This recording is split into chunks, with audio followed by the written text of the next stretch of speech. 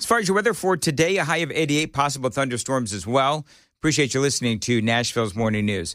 So, Matthew Hurtt, what do you think? What's up with the Democrats? Why are they far less proud to be Americans these days than they were back in 2001? Well, looking at the dips in this poll, in this Gallup poll. Well, the dips are the Democrats. The dips are always the Democrats in this instance. They dipped the first time during the end of the 2000s in the Iraq War as the Bush 2 reelect happened. They then dipped in the first Trump election, spiked back up when Joe Biden was elected to 62%, and then back down to 36%. This is culturally the politicization of everything. If you are an average American and you happen upon this radio station but you don't think about politics, you are probably a patriotic American.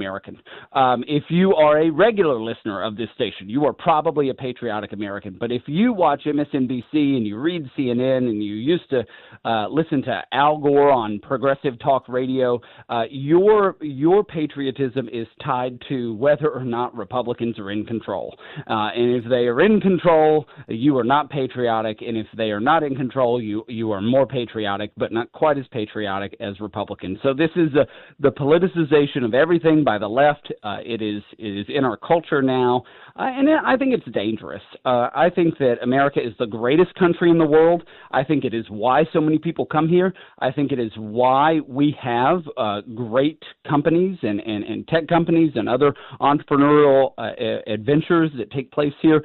People come here because of the American dream, and there is no French dream. There is no Venezuelan dream. There is no German dream. There is only the American dream, and people come from all over the world, and it is a shame that mostly Democrats here say that they're not patriotic just because somebody's in the White House or somebody's running Congress. Let me ask you, in the news the last couple of days, Elon Musk and Donald Trump chirping back and forth again.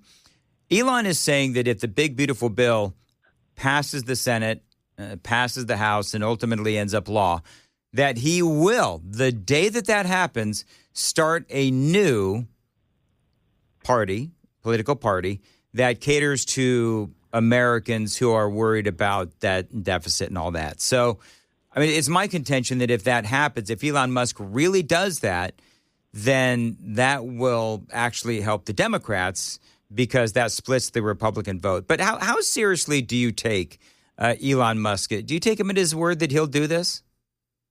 Yeah, Elon Musk is showing a little bit of his South African. As I've said on this station a number of times, the American political system is a two-party, first-past-the-post, winner-take-all system. It does not support independent third parties.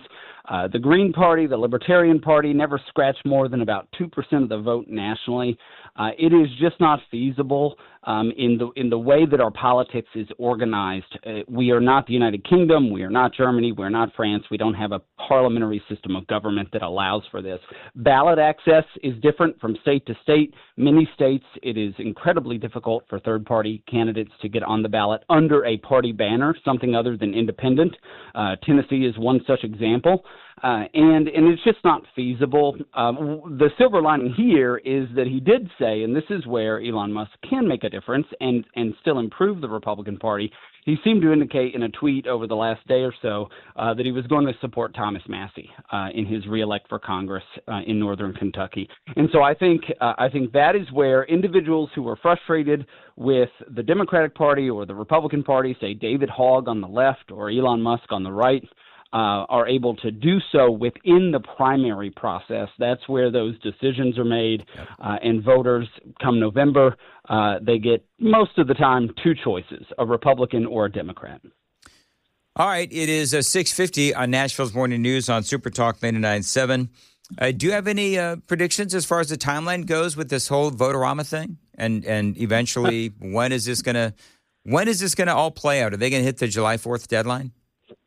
Well, the senators have done something they don't often do. They worked all weekend and into this week. It's a busy week in Washington, and I think the timeline, if things will come together. I think if the president wants to sign this bill on Friday, July 4th, he's going to have that opportunity.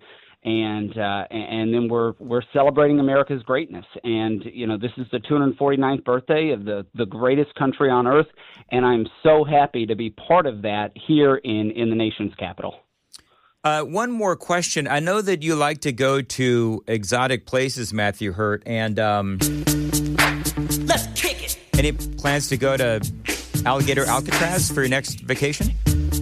Dan, I was doing some research in the last segment, and this was supposed to be the largest airport in the United States in the 1970s. Mm-hmm. And so, fascinating history to this location. This is geographically, it's a great location to then move people out of the U.S. back to Central and South America. But Florida is not on my travel plans this year or this summer. I'm headed back to Europe a couple more times for work over the next 2 months. What are you doing in Europe? Where are you going in Europe? Tell me. London next week to train European conservatives, to win again. Canada and England and Australia all three have had some depressing election outcomes. And my full-time job is helping people win elections and get jobs in conservative public policy. And so I'm headed out next week to make sure that happens again for our friends in the United Kingdom and Western Europe. Very cool. Well, have fun with that. And I don't know if we'll be able to have you on from Europe. If not, we'll talk to you when you get back, and have a great 4th of July weekend. It is 6:51 on Nashville's Morning News on Super Talk 99.7. And hey, Joan, you think he'll let us call him when he's in Europe? I think probably not. You don't think so? He'll not only refuse your call, but he'll call police and tell them to stop having you stalk him. He'll probably block me. Yeah. Actually. Yeah. And I would tell him I've been blocked by Better Than You. Anyway. How would you say that? You're already blocked.